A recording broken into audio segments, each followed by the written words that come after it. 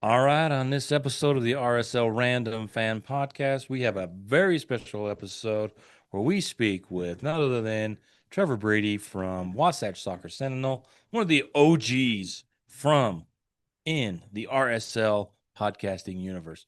A lot of great stuff, a lot of silver linings. What else we talk about? You got to stay for the very end where he gives his take on some insight about getting blown up by the front office. Something to do with hammers. It was very cathartic. That's the word of the day, cathartic. And thank you for listening. We hope you enjoy this episode. And as you do, make sure you subscribe to us, YouTube, wherever you get your podcast. We appreciate your subscriptions, your follows, your likes, and your comments, negative or not. You been practicing? I try. Yeah. Lots of long drives in my car, talking to myself. Hey, if I can do it before 15 takes, I'm happy. That's true. All right. Thanks for listening.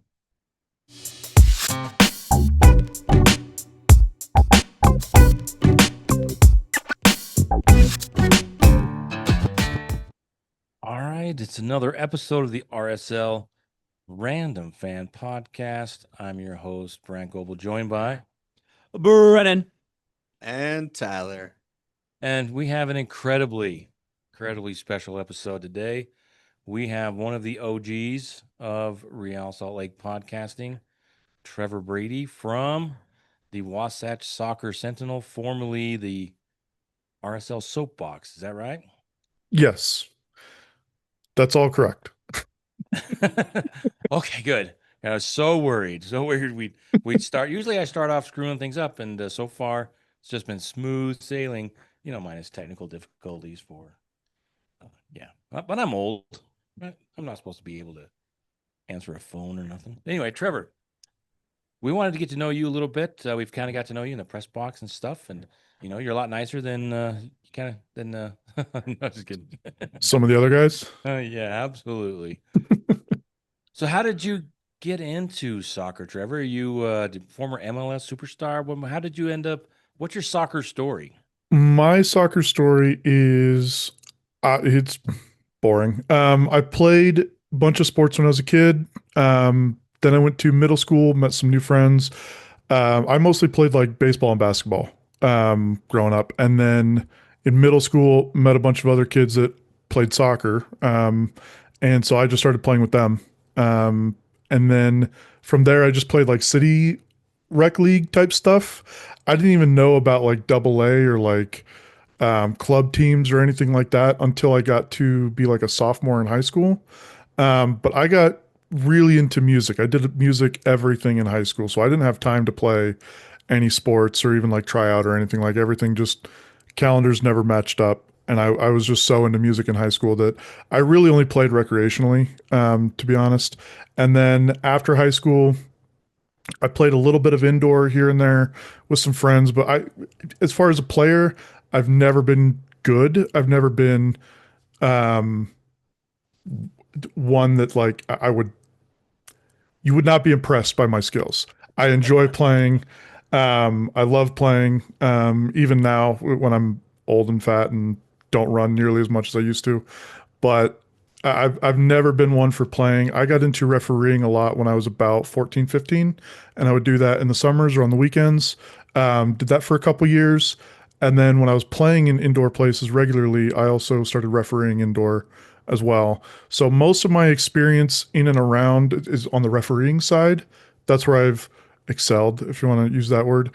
Um, but yeah, that's my experience like playing and being around people playing soccer is mostly being not very good, but enthusiastic player, but refereeing a lot more and enjoying that side of the game a lot more. That's And then Brandt with podcasting. And then, yeah, about, what was it, like 10, 12 years ago, something like that. I started attending games. And once I started attending games, that's when I ran into Matt and also just being on Twitter. Matt Montgomery, who took over RSL Soapbox from the guy that had it previously. He had his own blog at the time. And then the guy running at RSL Soapbox wanted to stop. Matt took over, merged with his blog. And then we started a podcast with me, Matt, and a guy named Jason. who some of you may know. He eventually moved to Texas for work. And then we kind of stopped doing the podcast for a little while. And then we picked it up with Kyle Sipple, who's now part of the three guys on the podcast. And us three have been doing the podcast for 3 or 4 years now. 5 years, something like that. No, it had to be more than 5 years because we were doing it before the pandemic. Next year will be our 5th year, and you were doing it long before us. So yeah, like I said, time with flies. Jason, we probably did it for 3 or 4 years, starting in probably 2011, 12, something like that. And then there was a couple year break, and then we picked it up about a year before the pandemic, and we've been doing it ever since. So that's the story. That's my entire soccer story. Well, it's a lot better than mine, and I can tell there's a reason that I was drawn to you because I am the official ref lover on this podcast. I am the one Nice. that loves refs, and I irrationally tell- most of the time, correct? So I can tell by the other two faces that they're not ref lovers. no, Tyler's come around. When we started this, Tyler, I mean, it was pitchforks every week. It took a while, but I'm getting there. Yeah, yeah, I appreciate the refs, at least at this point. yeah. So, what have you enjoyed? Well, I guess that's the question. Have you enjoyed doing the podcast with Real Salt Lake? How has that changed as you've done that over the years? It hasn't really changed. I know I get to brag about myself, and I don't really like doing that, but I've always had hard opinions, and I've loved giving those opinions. And podcasts, as you guys know, is a great way to just give opinions without any immediate feedback. And I love that about podcasting, where I just get to have an opinion and put it out there. And obviously, you get a lot of feedback from people. Some of it's great, and some of it's not so great. And I love all of it. I'm not one of those people that feels like my opinion is the only opinion or the best opinion. Everybody's got opinions, and I just like having opinions. And through being together with fans, like we started out sharing opinions on Twitter. That was how we all got to know each other on Wasatch Soccer, and how I got to know so many RSL fans was just talking on Twitter and sharing opinions and getting into arguments and doing the whole thing. So yeah, that part of it hasn't really ever changed. I've just always loved giving opinions, and I've always loved looking at the game, analyzing the game, and talking about the game during the game, after the game, with friends, with people who know what they're talking about, or people who don't know what they're talking about. I just enjoy talking about the game. So I do have to ask. So what has been your most ludicrous interaction then? Like, who's been that fan that's just been like out of their minds crazy? Like, Bodie Hidalgo needs to play forward. Why is this guy not getting time at striker? You know, stuff like that. Like some dumb thing that I said once. So no, so Maybe more than once. I've got two that come to mind, and they're not necessarily like RSL fan opinions about the team. There's always people that like love players that are actually bad. We ran into somebody who got a Johnny Steele tattoo. Whoa, dude! Like legitimately, like a tattoo with the name Johnny Steele, and I think it was like a heart or something like that. It was I think, I don't want to put words in anybody's mouth, but I'm pretty sure it was just a woman that just had a crush on him. Like, we met her once, we saw the tattoo, and I guess she thought he was attractive or something. She was not like a Northern Irish person who was, or anything like that. It was just, she loved Johnny Steele, and God bless her. I like Johnny Steele for a little bit, but he wasn't like a tattoo player. You know what I mean? Like, there's some players that you can get a tattoo name of. one tattoo player though for RSL. Like literally, give me a Like, top five. If I saw a fan with a Javi Morales tattoo, a Kyle Beckerman, a Nick Raimondo tattoo, like I'd get it. It makes sense. You know what I mean? If I saw somebody with like a Diego Luna tattoo, I would get it. Johnny Steele though, like Burrito no. Martinez, Yeah, like Johnny Menendez. exactly, like just not the player that I ever expected somebody to get a tattoo of. So that was kind of ludicrous. But as far as like ludicrous, Maybe like a Nick Beasler kind of guy. Would it be a Nick Beasler? That'd be a good yeah, one. like that'd be. It's just him sitting on the bench. What No, a but guy. I'd say the most ludicrous meeting or like person that I met was able to meet by virtue of being on the podcast was Grant Wall. He reached out to me at one point years and years ago. Because Grant Wall, if you guys remember, bless his heart, rest in peace. He was kind of a silly goose on Twitter a lot.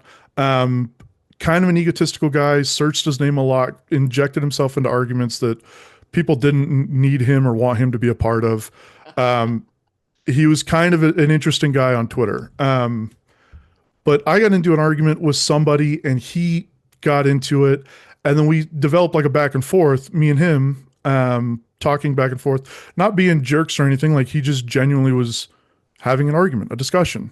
And then he got in the DMs. We had a much longer, better discussion. And then that was, it was funny because that when I forget what World Cup it was, but there was a World Cup qualifier. The U.S. played in Salt Lake against Honduras. And Grant Wall leaked that information that that game was going to happen to me in the DMs. And so I kind of put it out there that the announcement was coming in a week or two, and it did. And that was fun.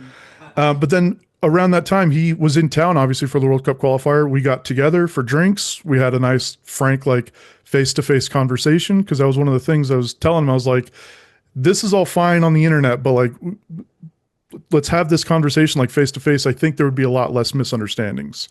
And we did. We went to Bourbon House and had a couple drinks and sat down and just chatted for an hour or two. And it was great. It was really, really great. So yeah, that was something I never thought would ever happen, was an actual like world renowned journalist would like listen to me and talk to me and treat me like a colleague, which is really what he did. And it really meant a lot to me at the time. It meant a lot. It still means a lot to me today. That was, I think, the most ludicrous thing that podcasting has created for me. That's a fantastic story. And a couple other questions before we start talking about Real Salt Lake. I'm just curious, how has, you've been doing a lot longer, probably as long as anyone in the market when it comes to podcasting and sharing, pressing in opinions about Real Salt Lake. How has it changed, or has it changed since you started doing this? How has what changed? You mean? The whole podcasting environment around Real Salt Lake has Oh, it okay. changed? As it, what's changed about it, if anything? It's become, it feels like, and maybe this is just me getting my head about it, but it feels like podcasting is kind of the way of that RSL is covered now. Whereas when we started, it was like we had the Tribune, we had the Deseret News, we had like actual beat writers at practices, at games, writing about games, doing match reports and transfer rumors and the whole thing. And that hasn't really been a thing for a while. The Tribune and Deseret News, they do talk about RSL, but not nearly as often. RSL has just become a lot more irrelevant in the local sports market. Boom. I mean, yeah, but it is what it is, right? But yeah, so the like coverage of the team has shifted a lot more to like guys like us, guys who are doing podcasts, realized, I mean, with pandemic, I'm sure everybody kind of realized that podcasts are they're not difficult to do. So a lot more people staying at home were able to put podcasts. They were able to put podcasts out, and it's been great. There's been a lot more podcasts, a lot more people just talking about the team in a like organic kind of fan perspective, rather than like a match report journalist kind of perspective.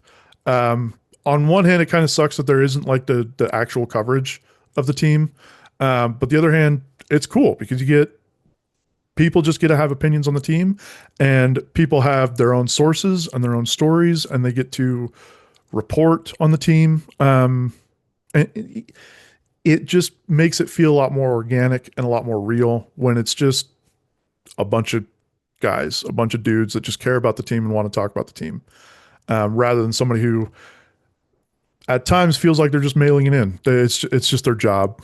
and they just have to go to the games and they just have to talk about it. I don't want to name any names, but there's definitely been people that have been like employed by the Tribune or employed by the Deseret News, who it feels like for a while it was just their job.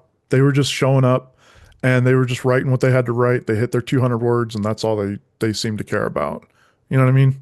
Yeah, it was interesting. I read this story the other day on USA Today, and it was written, and all the guy talked about was Diego Luna and how the whole team needs to revolve around him going forward, and that he was the only exciting thing all year. And I was like, has this guy watched a match? Has this guy seen anything in the second half of the year? He didn't even mention Gozo at all. Mentioned Yeah. the DPs that didn't play great, and now it's like, come on, man! Like, did you even? This is so irrelevant. It's like, Yeah, and also this is coming from a guy who says that Bodie Hidalgo needs to be our starting player, and also Nick Beasler needs to also come on the field. So, like what you were saying, you know, podcasters seem to not have anybody tell them what's right and what's wrong, and I think that that's a negative. You know, I don't think that's entirely true. I mean, we've definitely had people reach out and tell us that we've been wrong. And when I say people reach out, I don't mean like I mean like the team has reached out, which is another thing that's changed for historically. Like 12 years ago, the team and the communications didn't care about us, didn't cater to us, didn't help us. They knew who we were and they respected us, but they were like, "You're just loud fans." And that's really all it was you're just fans on Twitter that are all just a little bit loud. We weren't like covering the team. We weren't journalists or reporters. And that's changed significantly. I mean, we're in the post-game press conferences asking public questions now. Where 10 years ago that nobody would have entertained that notion at all. And part of that is, I think, a result of like what you were talking about, Tyler. When the team gets coverage, because it's kind of a small market and because it's just a problem with MLS in general the last couple of years, people don't watch the games a lot. I mean, they'll watch highlights and they watch things, but then they see Diego Luna getting called up to the national team and they go, "Oh, clearly that's RSL's best player. I'm going to write an article about RSL because we got to write at least one a year. Let's talk about how Diego Luna is underutilized because he's the national team player. He should be utilized more." Not taking into account, like you said, Gozo is a great shout. Not taking into account any of the other problems with the team or problems with trying to make Diego run the show because they just don't watch the games. And that's another part of what makes podcasts around RSL great is we all watch the games. We keep up and we know what's going on in a lot of ways better than the national guys because they're not watching RSL games. Sorry to break it to you. Yeah, they're not. And it's also too the environment we live in now where mainstream media is just going through just horrific challenges and changes because of how do you get advertising? Everybody else is on all kinds of other platforms to get their info and their news and stuff. So Yep. And then we want to get started talking about the RSL in this season. It's an amazing season. But the other thing, other than the reffing, which now I like even more. But the other thing that kind of is that you're one of the few guys that actually appreciates or even knows the glory that is Crawley Town. Because that kind of started our conversation because you recognized that I had a Crawley Town photo on my computer. And, I appreciate that you came to Crawley Town, even though you are a Man U fan, which makes Brennan happy. Hey, they're both red. What, me? Did you say, oh, are you a Man U fan, or you just remember watching Man U and Crawley Town? No, I hate Manchester United. Well, let me back up just a little bit. well, thanks for the podcast, man. That was really fun. Anyways, we got somebody else coming on. Let me so make you we feel a can get little this better. going. I don't like the Premier League as a general rule. I appreciate that it's very good, but I don't like have a team in the Premier League. I don't root for anybody. I generally, when I approach sports, I don't like the popular teams, and Manchester United was just like the popular team. All of my friends liked Manchester United, so I instantly didn't like Manchester United. That doesn't mean that I liked Manchester City. That doesn't mean that I liked Liverpool. That doesn't mean that I liked Tottenham or Arsenal. I tend to be pretty ambivalent about everything. But but yeah, I'm not a fan of Manchester United. No, it was because I was telling you the first game that I saw Crawley Town play was against Manchester United in the FA Cup when they made it to the fifth or sixth round, whatever that was, in like 2014 or 2013, whatever year that was. That was my introduction to Crawley Town. That was when I first started like rooting for them and following them.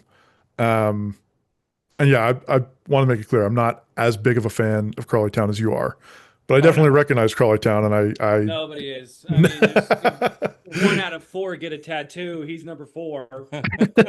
Yeah, yeah. If I got a tattoo, it'd be Crawley Town and RSL. I mean, those would be the two.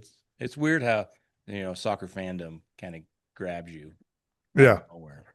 Yeah. So this has been great getting to know you, but let's talk about. There's a lot to talk about this RSL season. How would you rate this Real Salt Lake season? Give me a scale. You want like 1 out of 10? Are we grading it?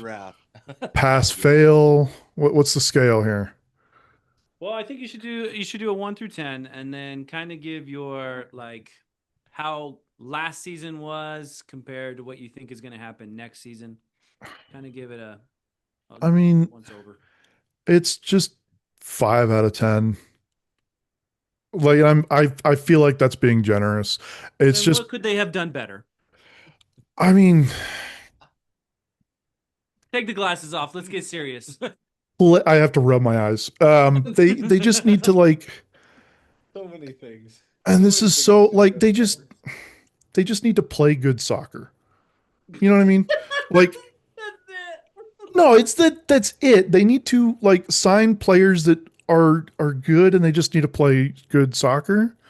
And I want to be like more specific than that, but like let's start at step 1. You know what I mean? Like they don't play an attractive brand of soccer. They don't play a very successful brand of soccer. They don't really play an exciting version of soccer. I mean, there were years when Kassar and Petke were in charge, and like the team was bad, but like they were trying stuff, and there was stuff that you would see happen and be like, okay, this is going to be fun. It's either going to work or it's not, but we know that it's going to be, something's going to happen here, and that doesn't happen with this team. The only stuff that like you see going on and you go, okay, I know what's going to happen next. It's all bad stuff. It's either going to be like a triple sub that's going to lead to a goal. It's going to be a Brian Vera yellow card. It's going to be a ball crossed that's going to beat the defender that's ball watching, whoever that is. You know what I mean? Somebody's going to get behind. It's just stuff that like you see building up and you're like, oh, okay, something bad going to happen. And it's a surprise when good things happen because that's not the way that the team played. Every now and then Diego Luna went crazy. There was a couple moments where Gonçalves did something really good and cool, and sometimes it led to something. Most of the time it didn't, but it was good and cool. But that's not the norm for Diogo. You know what I mean? So it, like, yeah, I just play good soccer and sign better players. Well, before we get too far down that road, because I thought you were generous when you said 5. I out of 10, I might give it a 4 this season. Yeah, overall, like for a lot of reasons, some of them extenuating. But what were maybe start with some positives. What did you enjoy about this season? And then we can break down some other stuff. I hate that you asked this question because I'm forced to mention that they made the playoffs. Does that really count though? The play-in games? No. Playoffs. It's the pre-playoffs. No. Right? But like it's not the playoffs. It's better than not being in the playoffs. You know what I mean? It's kind of like second base. You know what I mean? You felt it, but you didn't really go anywhere. You know what I mean? Exactly. Yeah, like Grounded it's first. You got a little bit of action. That's about it. yeah, and then exactly like it's over there, 2 hands. Trying to get this damn thing through. It's not good enough, but it's not nothing. I guess is what I would say. We weren't the worst team in the West. We definitely beat some teams. We definitely like we're better than the worst teams. If you had to list the 5 worst teams in the league, that wasn't us. So like that counts for something. It's not season redeeming, and it's not worthy of extending the coach. But It's not nothing. We did also see Diego had a pretty good season, largely speaking. Yeah, On he a scale of like league wide, it's kind of average, to be honest. I mean, 10 goals is not nothing, but it's not great. It's not, it's, you're not breaking any records. Having nobody else on the team get to double digit goals is a big problem. And that's, again, it's good to have double digit goal scorers, but everything else about that is bad. It shouldn't be a Diogo Luna that should be your double digit goal scorer. It should be one of your U22 or TAM players or DP players that you brought in the offseason, all of which were non factors for the most of the part. Like, so there's some good things that bring it up to you met the expectations, the bare minimum, but that's not good enough. And that hasn't been good enough for years. But that's kind of where this team is for years, just been like meeting the bar, not exceeding the bar. And like how a D much minus is about that. how much of that is extenuating circumstances? Because it feels like out of the three of us, I was the one probably that would have, like, if I'm in charge, I'm not extending the coach for a lot of reasons. But Mm-hmm. I understand there's extenuating circumstances. We've gone through multiple owners that haven't been up to snuff, like Uncle Dave when he brought in the team, and haven't captured the excitement with the fans and really made RSL relevant. So we do have new owners. So I understand the logic of them giving them one more season with all the new stuff going on. But at the same time, it's really difficult when you just sit back and look at what's the product on the field, even though I get that there's extenuating circumstances. I don't think the extenuating circumstances warrant like slack or a leash. You know what I mean? The extenuating circumstances that they kind of get is that the offseason was a little bit screwy because the ownership situation. They probably couldn't spend as much as they wanted to spend in the offseason, but they did spend. Players were brought in, and then they brought in players in the summer. You know what I mean? It wasn't the big, massive overhaul that we were expecting with the kind of sales we had and the players leaving that we had. But that's still like, I don't want to give them credit for that because that's what it feels like. It feels like we're saying, well, you couldn't have done any better. They definitely could have. Teams go through ownership changes and it doesn't disrupt the team for 2 years. And it feels like that's what's happened with RSL is ever since Deloitte did his thing, we've just been able to say, well, the ownership changed, so we got to give him time. Because Deloitte screwed it up for several months before we were finally able to get a sale. And then there was like a minute where the team was like, okay, we can start to see the effects of Ryan Smith and Blitzer. And then Chicho happened, and then Smith sold, and now we got the Millers. And it feels like that's all one big period where we've just been like, well, we got to give him time. And I don't believe that anymore because, like I said, teams go through ownership changes. We haven't changed the coach. We haven't changed the guy signing players in 2 or 3 years. We just extended both of those guys based on the work that they've done for the past 2 or 3 years. It's just not good enough, and I don't think that they've given the excuse that like, well, the ownership was a problem. And if it was, it doesn't. Yeah, it just doesn't hold weight. That specific one doesn't. We don't have a $10 million player that's been injured all year, so we don't have that excuse. It's just been miserable and just not good enough all around. Yeah, and I think for me, I'm an MLS OG, and so I've always kind of cheered for the Crew. You know, they've always kind of been my Eastern Conference team, and so I've followed their whole resurgence. And you know, there was a point where they were on the road to Austin, and the fans rallied, and they tried to get rid of the name Crew, and the fans rallied. And now an owner came in that believed in them, bought the team, and since then they've been a pretty solid MLS powerhouse. They've won cups, they've competed for titles, they've been championship and championship contenders year in and year out. And they're not a huge market. They're not, you know, they're not New York, they're not Miami, they're not LA. They're not winning players because they're tropical or whatever, you know what I mean? And they're not way overpaying for players either. And I just want us to be run more like that. You know what I mean? Columbus and Cincinnati were two of the teams that over the past several years I've looked at and been like, these are the small market teams that show and have proven that you can succeed as a small market. I mean, RSL succeeded as a small market for a long time too. So that's one thing that's kind of been prevalent all over RSL. It's just been kind of hanging over their head like a specter of it's a small market, so we can't go out and get the Zlatans and the Messis and the whoever big name signing some team is in New York or LA or wherever is getting. We can't compete with that. So we've got to go do the small thing and find these diamonds in the rough. And it seems like that's fine. Do you have to do that? But Cincinnati went from the historically the worst team in the league 2 years in a row to incredible in about a year or two. Columbus, same thing, went from almost not existing to winning championships to competing. And they're not bigger than Salt Lake. They're not better than Salt Lake. They're not, like you said, they're not tropical. They're not anything. So why do I have to accept that like small market teams just have small market troubles and we just can't go out and spend money and win because that's what they did and it worked. So, how would you categorize last season? Do you think that the coaching was sufficient enough last season to get the result? No. What was wrong with last season?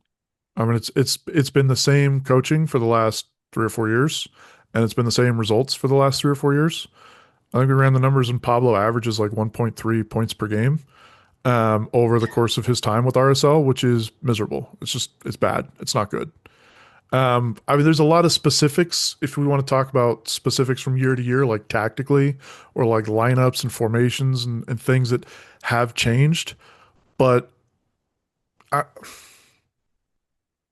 none of it is like good enough or solving a problem or anything like that. I think the team lately, whether they mean to or not, they've kind of fallen back on like, well, we don't have the players to compete with all these other teams. So naturally, we're not going to be the best team in the league. And I think they've kind of allowed Pablo to be just a mediocre coach because they have mediocre players. And that's what it seems like. Pablo's just a mediocre coach, and we've just got mediocre players. And there's not one that's making the other better than they are. They're both just it's a mediocre roster and a mediocre coach. And the difference between Cincinnati and Columbus and RSL.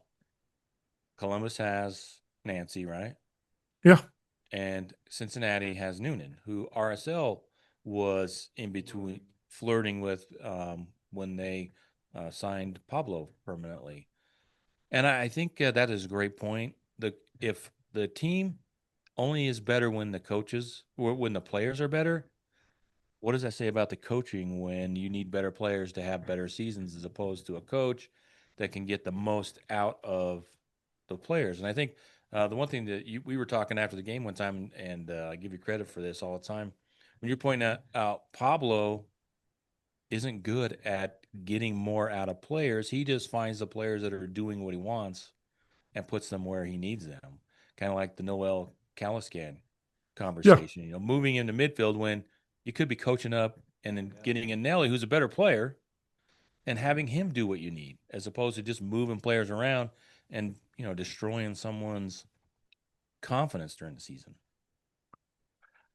Yeah. I mean, it's just, it feels like if the team wants to get better, you have to get one of those two just has to improve. You either have to go out and get a coach that can make mediocre players play way better, or you just have to get way better players that can make up for your mediocre coach. But that's just not what's happened the last 2 or 3 years at RSL.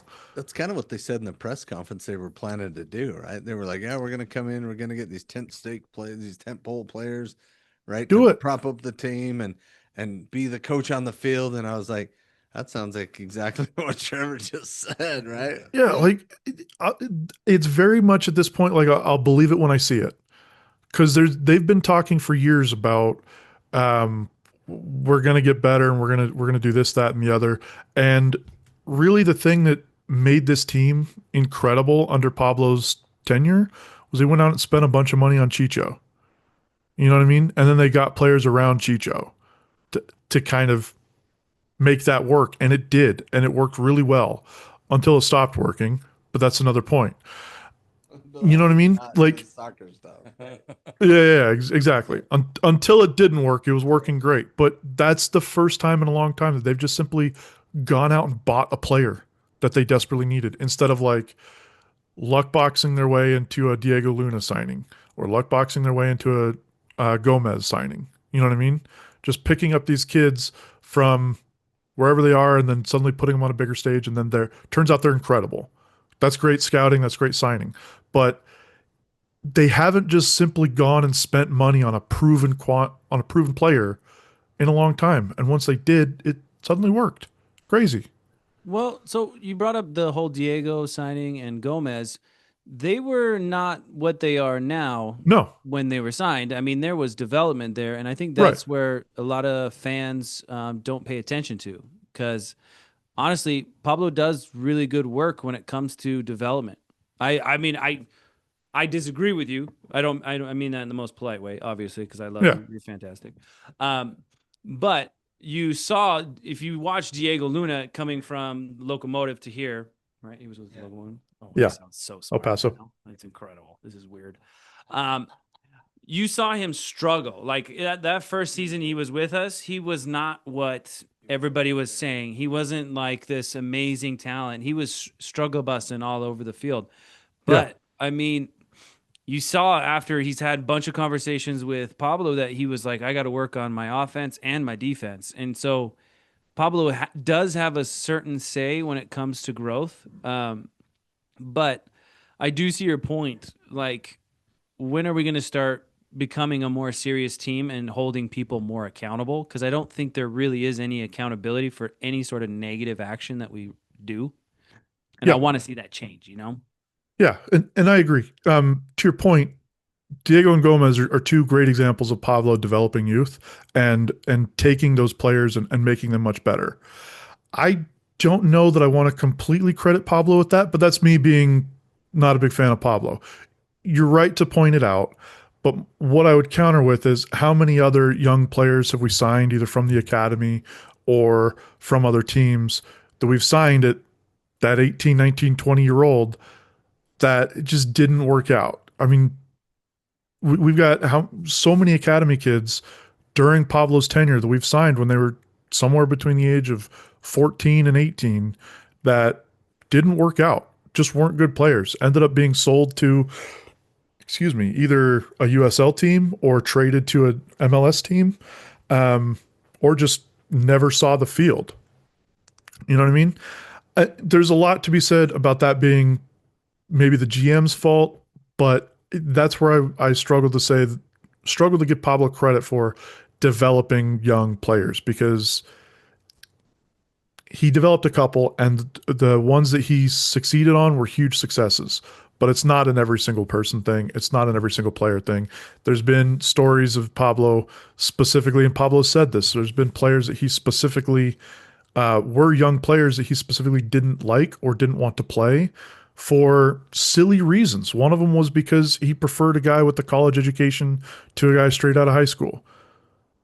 You know what I mean? Like he's had specific huge Why failures. Alofsky didn't get in, right? Or Musovsky or some of these guys. I just think Yeah. Musovsky was we couldn't afford him. I think that's more of a GM thing, but he still goes to Seattle and performs, and then Alofsky goes to San Diego and scores, goes to Philly and scores.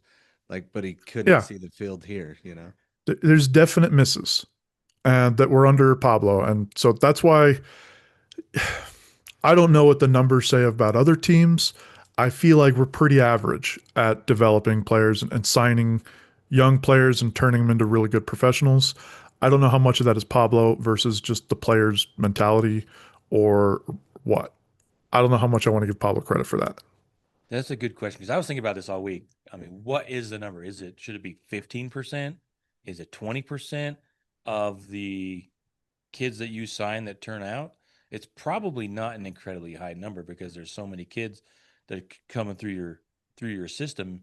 So I don't know what the number is either. I haven't looked, but and some of it is the players. I mean, we talked to Axel Kai a couple of times, and we You could just tell, right? yeah, the start of this season, he came in for the interviews, and Tyler and I were there, and we were just like, oh, that this guy doesn't get it. He might be have some talent, but everything else he just doesn't get yet. So I Yeah. wasn't surprised when.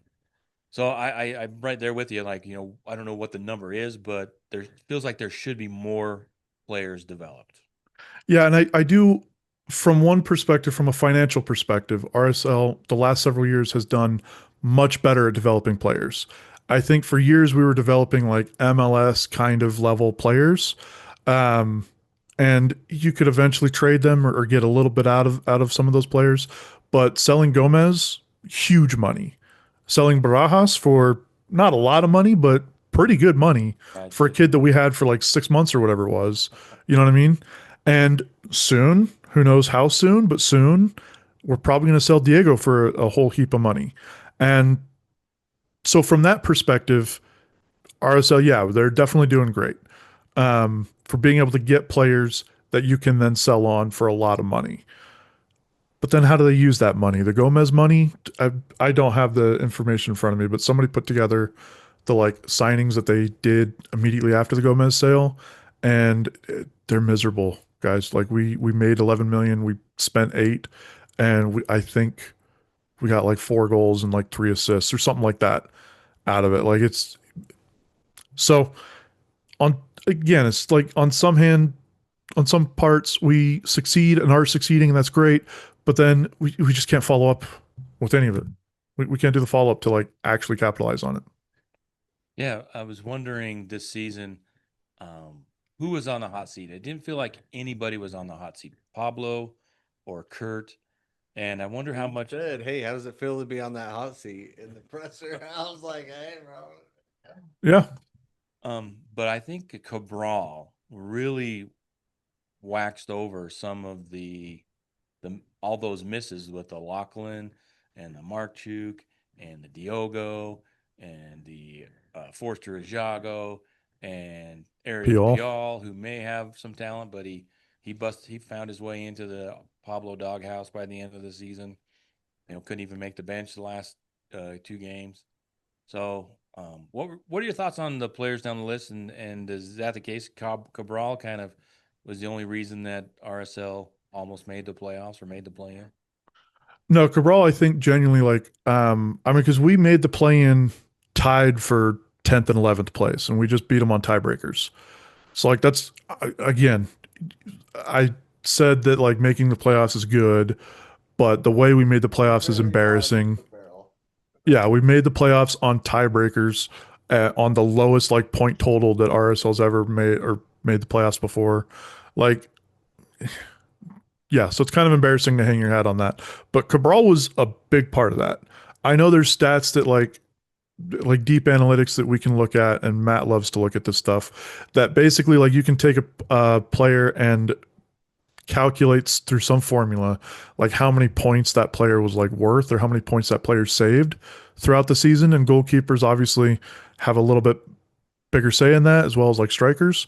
But I genuinely think he was worth like 7 points this season, like comfortably.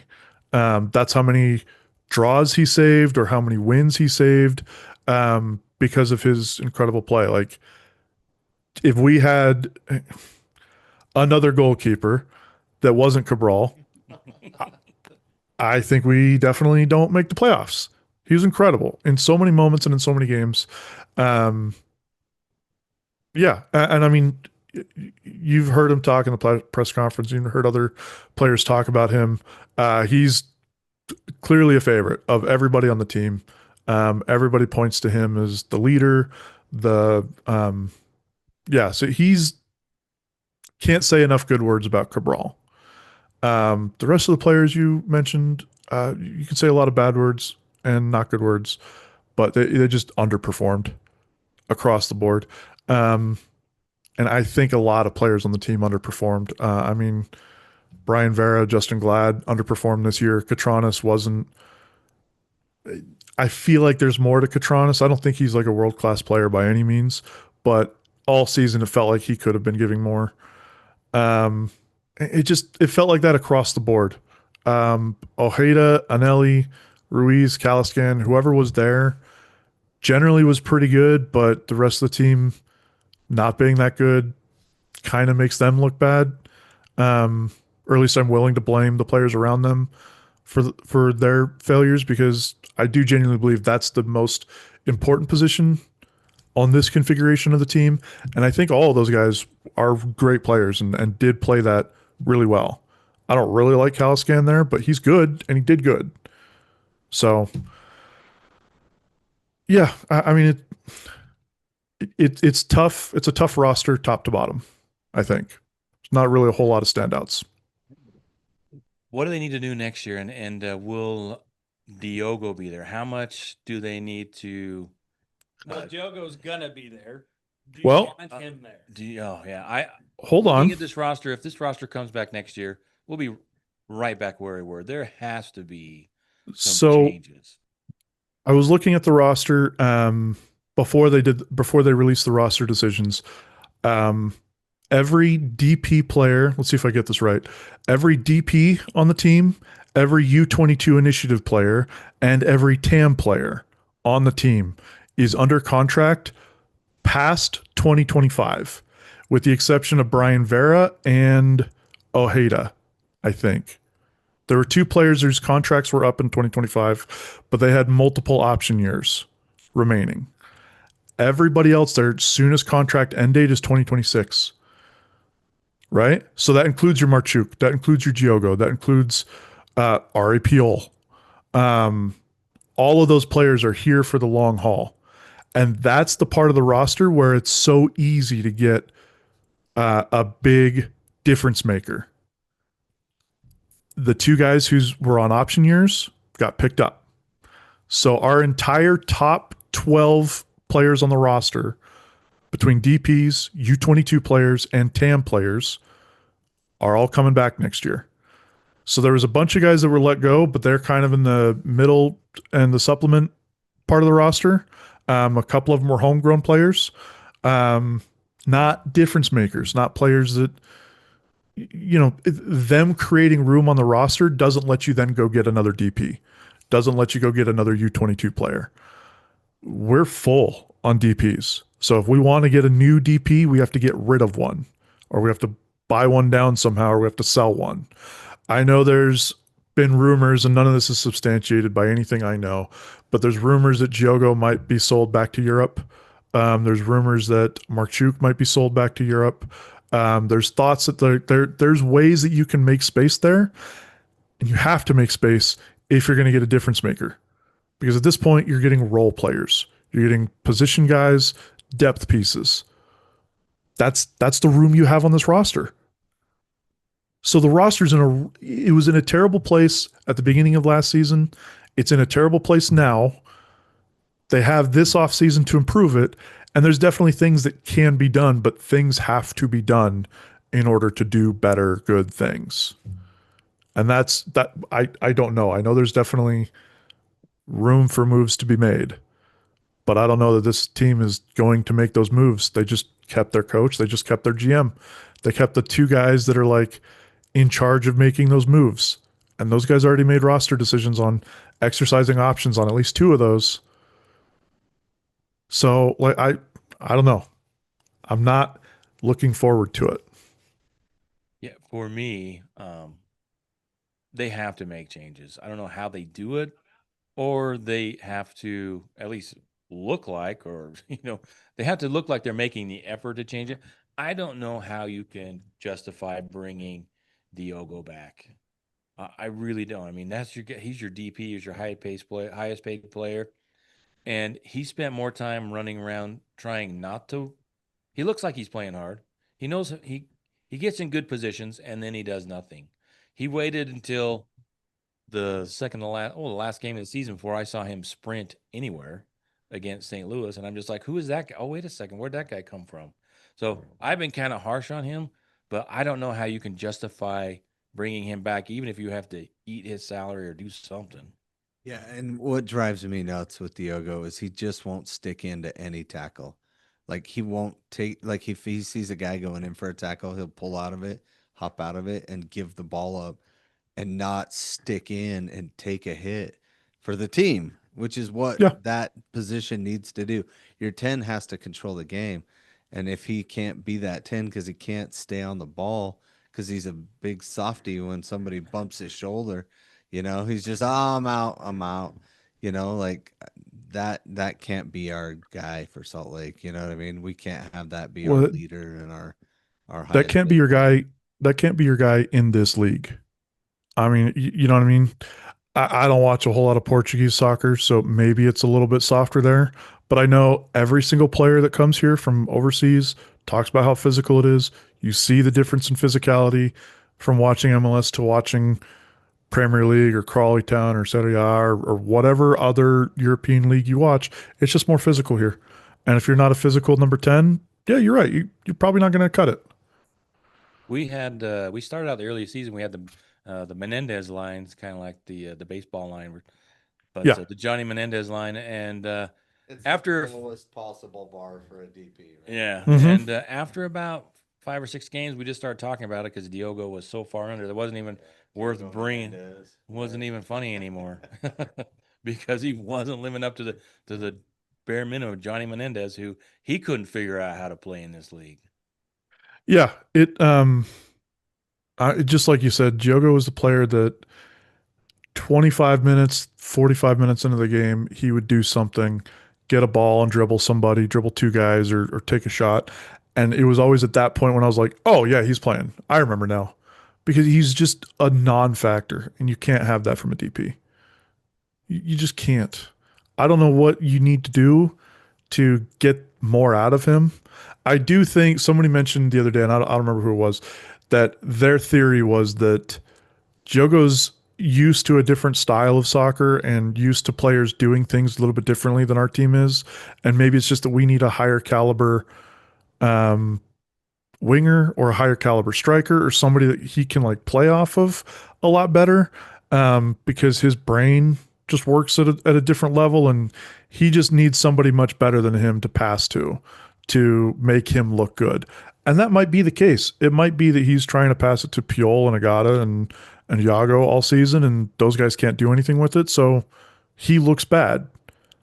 Maybe. I don't know. But I'm always down to sign better players in and around that position. And if that's what it takes to make Giogo good, great. But you're hamstrung by the fact that like you still need to get rid of some TAM players or some DPs to make room to get that level of player around him.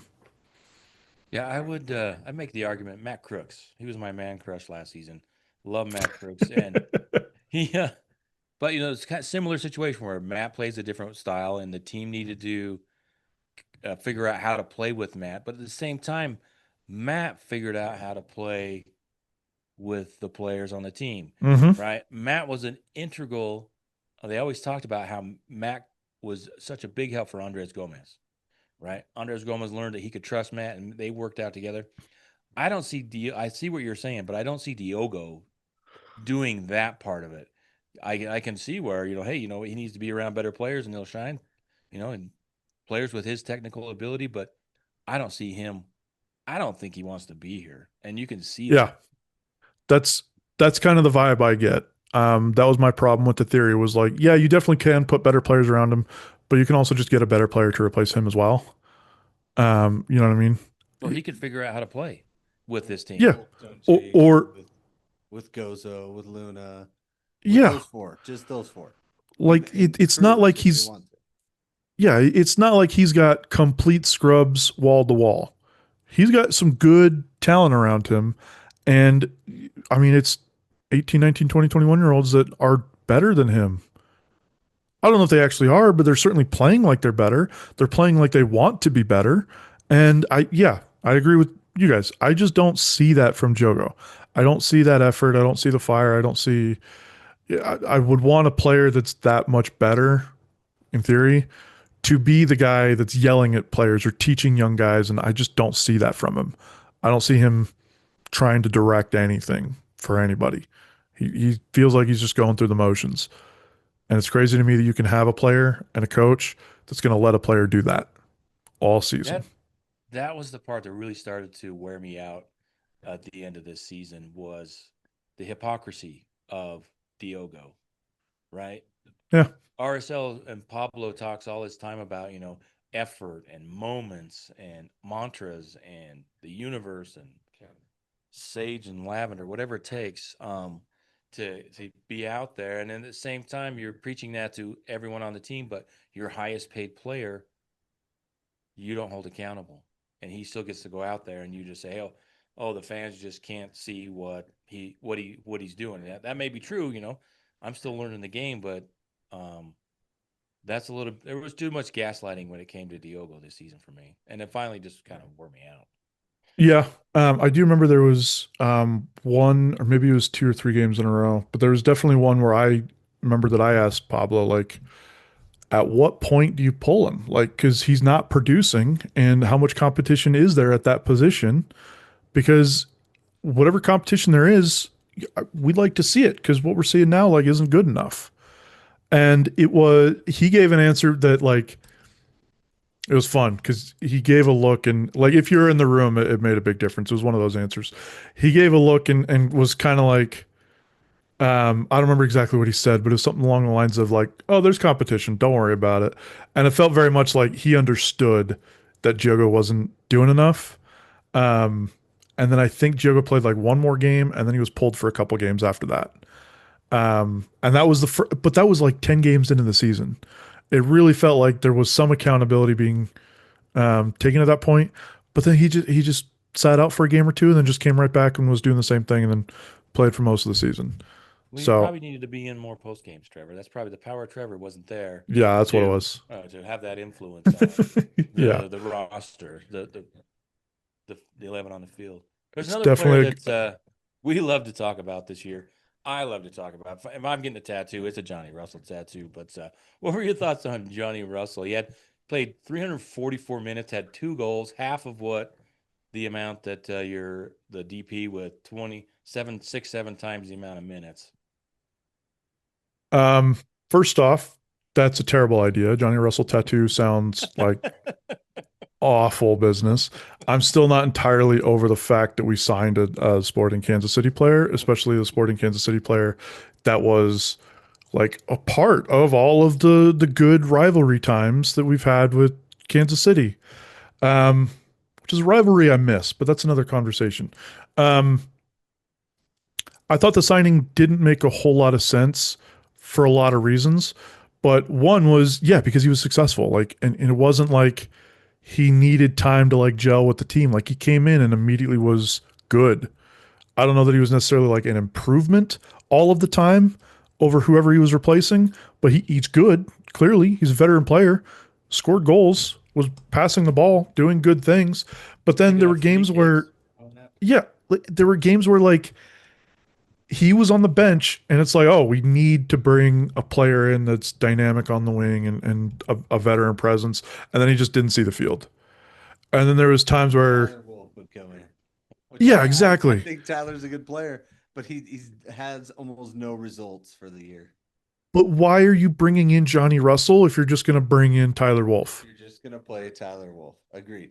Yeah. Like, you Especially like bring in, in the playoff game, 65th minute, where you need a vet, and then you send in after Noel Calscan, got yanked at halftime because the moment was too big for him, and then you send in another kid. So yeah, that yeah, was frustrating for me. But I totally get that who he was and what he brought. But maybe 900 minutes, he gets 6 goals. Who knows? and maybe he We'll never doesn't get know. any more goals. But the point is, for me, it's like, yeah, if you sign that type of player, it's for a reason, and they didn't use him for that reason. Yeah, I And always that, say if you can't be good, at least be exciting, right? Like it, you know what I mean? Throw a guy yeah, out there like Johnny who's gonna create something and at least get some shots off, and like at least be exciting if you can't be good. And yeah, if you can't be good or exciting, be tough and knock people over and make the yeah, game entertaining that way, right? Like, oh, that's a exactly. yellow. Oh, we got his elbow up there, right? Like, then we'll just go back to like the old days when Dunny played for us. The The wing. I loved Winger. There's an old Italian coach that he actually came to MLS for a minute. His name was Walter Zenga.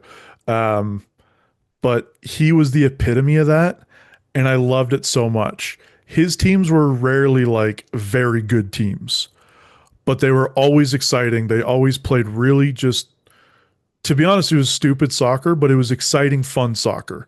It was very much like Route 1 on steroids. Like their opening kickoff was 11 players on the line and they just pass it forward. And like that was kind of a trademark of his style of play, was like, we're just going to drive the ball down their throat.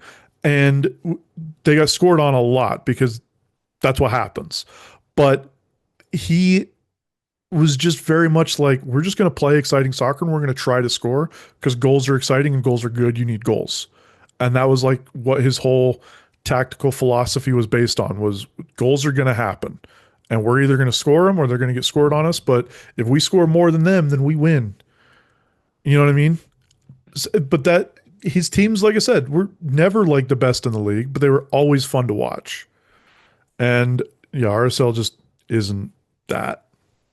I wish they were. That'd be a lot of fun. If you're going to be a bad team, you should at least be fun to watch. So, if you had a magical pen of some sort to rewrite who the head coach is and who the GM is, what names are you writing down? This is okay. I'll answer the GM one. Elliot Fall. What? You're gonna call Elliot Fall? Really? Yeah. Yeah. I'm going to call up Elliot Fall and make him the GM again Argument. because he understood the restrictions of the roster. He played the roster very well. And a lot of his signings were like good signings that the team needed. Were they all hits and all like, was he superstar GM? No. But he was also doing a lot more with what he had than what Kurt Schmid has done with what he's got. Kurt Schmid had, in terms of RSL, an unlimited amount of money to go out and sign players, and look at who he signed. Elliot Fall had no money to sign any players whatsoever, and they were better than the team that we have now. So that would be my immediate go-to. Bad argument, huh? I'm sure that there are other like GMs around the league that we could look at that would probably be better, but I haven't paid attention to a lot of other teams in the league enough to like follow all of that. But coaches, I know this is unrealistic, but Jim Curtin's available. Yeah. And it's unrealistic not because Jim Curtin wouldn't come to Salt Lake. It's unrealistic because Jim Curtin has said he's taking time away from soccer. He's not interested in traveling or moving for another team anytime soon. He wants to spend time with his family. Totally fair, totally respectable. But that's a level of coach that RSL should be trying to get. You know what I mean? I don't know who else is available except for Caleb Porter, and I would never in my life advocate for Caleb Porter to be coaching at this team. But he's also won a couple cups. There's worse options as far as like resumes are concerned. But that's the kind of caliber of coach that RSL should be going after and had a good opportunity to, is coaches that know the league, are familiar with the league, have coached in this league, and have won in this league. So you wouldn't go outside of the MLS to sign somebody? I'm not opposed to going outside of MLS, but there's always the fear, and it's just a bigger risk to go outside of MLS or to go outside of USL because you might just get a coach that just doesn't understand the league, doesn't understand how it works. But I mean, somebody like Tata Martino came in, and obviously he's a great coach, and he just immediately succeeded. So like, but he was a known quantity. Everybody knew that he was a great coach, and everybody knew that as soon as he came to MLS, it was like, oh, he's going to be great. And turns out he was, also because they spent a bunch of money, but he's just a great coach. You know what I mean? And like I said, I wish I paid more attention to like the coaching carousel these days and knowing who's available and who's not. I just don't know the names. Peter Vermees, like that's the only one that would be worse than Pablo as far as like rivalries go, right? Pete Vermees. Yeah, but at least with Pete Vermees, again, this is me just making arguments. He's won championships. Okay, He's had very good teams. Marcelo Balboa would be a bad signing. No, that would be terrible. Yeah. Well, But- here's my argument. Not to cut you off, apologies. my argument that is that if it was me, right, I got the Magic pen. I'm looking for someone with more international experience, and I would go outside and find someone out there in the championship, somewhere in another league that has the interest of coming here and giving that a shot, a little more dynamic, a little more offensive, somebody with a few more ideas than park the bus. Because I think the league is growing, teams are getting better, and I wonder if the MLS former players to coach pipeline needs to be a little bit longer, and that the teams that have former MLS players seem to be struggling a little bit. At least, you know, Michael Bradley style. yeah, I would. So that's where I would go, and then if that doesn't work out, then I'd come back and maybe look inside somewhere. But this constant, you know, hiring the assistant coach has got to go. It's the worst. One place that like I think would be very easy to go find a good coach and bring him to MLS and they would succeed is Mexico. There's a lot of teams that have a lot of good coaches in Mexico. You know what I mean? There's been several coaches that have come to MLS from Mexico, and I might get this wrong, but I feel like most of them have succeeded. We're good. There's some that like clearly we're not. But you know, you're going to get that from some coaches sometimes. But if you want to go international, that's one pool that I think is very big that MLS teams haven't explored is coaches of Mexican teams or coaches around the Liga MX carousel because they have the same thing that MLS does. There's a lot of coaches that just kind of ride the carousel and they just go from team to team to team and they're there for a couple years and then they go somewhere else and then they go somewhere else. And you know, Mexico has those coaches and not all of them are bad. And I bet some of them probably better than Pablo, or at least would be for 2 or 3 years. And then you can go get another guy when this one doesn't work out. But yeah, if you're going to go international, that's what I would say is I would explore Mexican coaches. I think that's a great option that the league hasn't taken advantage of. And we've been cross-pollinating with a lot of the Leagues Cup stuff. And Exactly. the team that came in here and just The Redhead San Luis. San Luis. Yeah. San Luis, that coach seemed like he had his team playing super hyper, just, you know, like exciting soccer. And I was like, man, wish we played like that. I Yeah. can't afford Monterrey's head coach. I mean, You can. That's the great thing about coaches is you can just pay coaches. That's what I don't understand about MLS teams that are like, oh, well, we got to hire the assistant coach because there's no salary cap on coaches. You can go pay a guy $10 million a year. Get the guy that will charge $10 million a year to coach. And I'll bet he's very good at his job. I don't know how much Pablo makes, but you can spend more money and get better coaches. And like you said, Leagues Cup, that's a great example. Those coaches are now becoming more familiar with MLS. So it's not like you're getting a guy from the championship who's only ever coached in England coming over here and maybe doesn't know anything about the league. That's the risk you take with that kind of coach. But there's not a whole lot of guys in Mexico that aren't at least a little bit familiar with MLS.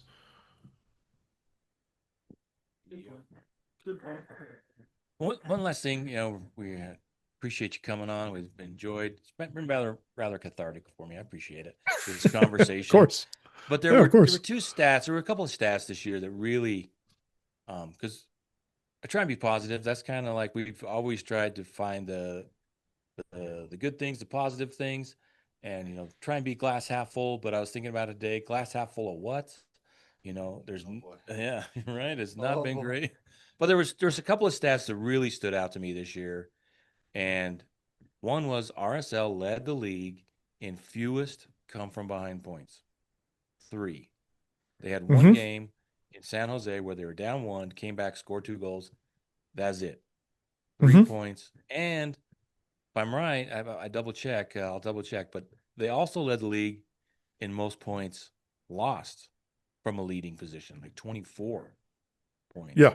Lost from a leading position. So how much of that is players and how much of that is tactics and coaching? That's 100% coaching, especially when your coach is like his whole thing is like mentality and like X dog and all those.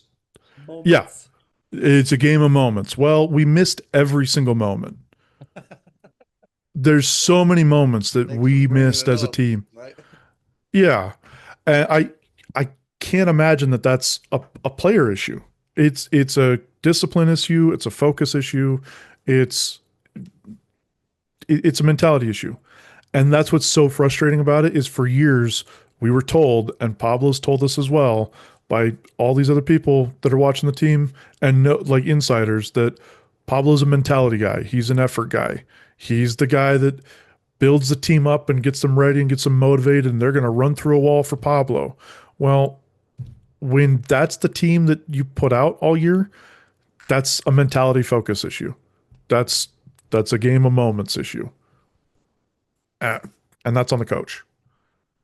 Players can have moments where they mess up, but when there's no accountability for it, when it just is a constant theme throughout the entire season, no matter who's on the field, no matter what is else is going on, who's injured, who's not, extenuating circumstances, it's the coach. That's the common denominator there. My other favorite thing too was in the post game talking about how RSL likes to play with the ball, defend with the ball. Yep. Right? They love to defend with the ball, and then they never had the ball. They're always parking a bus. It looked like so.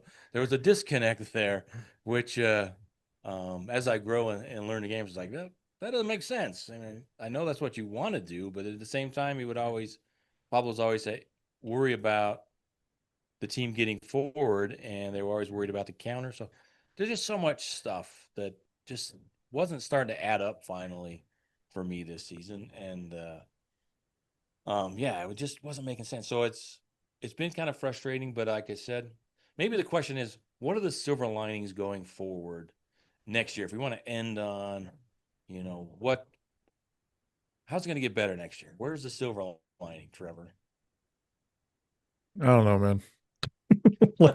I don't want to be Debbie Downer over here, but I genuinely don't know what the silver lining Come on, is Trevor, right giving you now. opportunity to The be silver lining- the shining light that lead us fans into glory next season. All right, I'll give you three. And I'll start with the two good ones. Cabral sticking around. That's great. That rules. That's always a positive. Gozo still going to be here next year. That's great. Love to see the development of that kid. And Cabral staying here is it's just a win all around for every reason that there is. The half silver lining is Diego Luna's going to be here, at least for half the season, I think. Right? Yeah. Next year, but again, he may not be here at the beginning of the season, but I think that'd be a really silly thing. I think you keep Luna here, and I think that the plan is that we keep Luna here until the World Cup, and then we just make a bunch of money on him. Great plan. I'm down for it. I think it sucks and it's unfortunate, but like you're not going to let a guy be a big part of the national team, go to the World Cup as a host nation, and then if the offers come in, not take them. That's silly and bad. Never do that. So as long as Luna's here, that's the third silver lining. But the problem is he's probably not going to be here all season. So that's why and besides that, I mean, I love Emeka and Ellie, but he's not a championship difference maker. I think he's a great player. That's another silver lining, but You're doing great. Yeah. Keep going. Keep going. no, that's Keep it. going. That's it. Every other Okay, player that I well, think of coming to mind, like, isn't that great, isn't a silver lining, dude. Like, How do you feel about Olatunji then? Do you think he's going to be a player that's going to convert a lot of goals? I think Matt Doyle said it best when he did like his season in review, whatever. And he pointed out basically what Olatunji is good at is getting the ball and running straight at the goal and just being a big guy with the ball, which is a necessary guy. You need that guy. But the way he put it was like, there's probably 4 or 5 guys playing college that are that big and that fast and can do exactly that for RSL for a lot less than Olatunji. So I'm not saying that that's unnecessary or that makes him a bad player, but he's not incredibly dynamic. I think he appears dynamic compared to what we've had, right? So I don't think like long term Yeah. he's the solution. I think he's part of the puzzle, and he can definitely succeed for RSL and be a good player. And I'm excited about him, but he's not like the guy. He's not the solution. And we skipped a few people in the summer transfer window. Yedlin and Cruz. Those guys make any difference? I mean, any silver linings there, Trevor? Not for Cruz. No, Cruz made one of the most boneheaded plays I've seen in MLS. Tackle! You His can't do like that. j- You can't do that, Trevor. You no, just gotta make up stuff. just so there's legitimately like three moments that come to mind in like my MLS soccer watching history as like just the dumbest, most brain dead things I've seen a player do, and that's up there. I don't know exactly where it ranks, but it's very close to Ryan Miller. It was no, his name wasn't Ryan Miller. The guy that Thierry Henry was setting up for a free kick stoppage time to like to win the game, to advance in the playoffs, or to make the play, something like that. Critical moment, the most critical moment in the season, and Thierry Henry's over the ball, and Roy Miller, that was his name. Thierry Henry's over the ball, and he's about to take the free kick, and then Roy Miller comes up and is like, "No, I'm going to take it," and just refuses to let Henry take it, and he puts it 30 feet over the goal, goes out, blows a whistle, game's over. That's the level of like what Cruz did. So bad. So I'm fully out on Cruz. What was the other player you mentioned? Yedlin. Yedlin. I, I guess I'm that's fine not a with silver Yedlin. lining if you didn't remember. I no, yeah. Yedlin, I think, is a fine signing. I hope to see more from him next year. I was not really impressed with him, what he brought this year, but I think, and this is me putting words in his mouth and thoughts in his head, but I think he came and kind of saw what position the team was at and didn't really put in a whole lot of effort this season. But we'll see. We've got him locked up for next year, so we'll see. I think he should be much better than he was this year, and that's if he is, and that's Silver great. lining. Silver lining. Silver lining, yeah. Yeah. Look at that. We're getting better. Glass is half full. Well, talking about bonehead plays, the first one that came up in my mind was Will Johnson not passing the ball and letting Wayne Rooney steal it off him for that big long pass that got DC United, I think, into the playoffs. All he had to do is chip it past him. Yeah. Remember that one year when we lost to Kansas City in the playoffs and Beasler had a wide open goal? He just didn't slot it home. He didn't want to one time it. So he trapped it, and then all of a sudden everybody just remember that. Or we lost the U.S. Open Cup. So anyway. Yeah. But those were all like in the moment. We're playing the game and we got Well, back. Silver what's lining. that? Silver linings. Yeah. Worked you hard today, Trav. Sorry. No, you guys are fine. This is great. So we can't thank you enough. We kept you a long time, probably longer than you thought, but we've really enjoyed having you on. It was, like I said, it's very cathartic for me to have these conversations and gets other perspective. We have a lot of respect for what you guys do over there at your podcast and being some OGs of the RSL podcasting universe. And so hopefully we'll do something enough where we piss off the front office and they reach out to us. Huh? Yeah, we've got some work to do to catch up.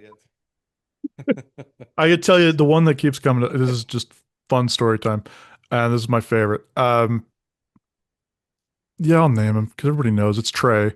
I said something on Twitter, and I don't remember the exact moment in the game, but it was something that Pablo did. It was a substitution that he made that just was silly and dumb. And I just tweeted something like, Pablo is dumber than a bag of hammers. And then I almost immediately, got not a phone call, but a text yelling at me about that specifically. But so maybe you don't want all the interactions, but but Sub was dumb as a bag of hammers instead of Pablo specifically, yeah, but yeah. In hindsight, I probably could have said something a little bit differently, but I stand by what I said at the time. I don't think there was a better way to describe it. Just sub in.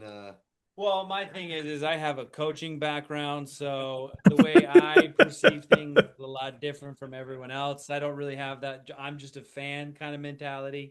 I'm a little bit deeper You know. Perfect. Yeah, Yeah. that's the best description so far, Brennan. So, Yeah.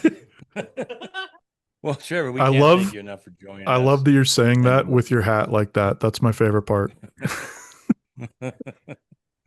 Yeah. Gotta be hip and cool to be a coach. It's late. It is late. So thank you so much, Trevor. Look Yeah, of forward to course. seeing you next season in the press box and having some more great conversations. And we really Absolutely. appreciate you joining us. Thank you so much. Oh, thanks for having me, guys. Really appreciate it.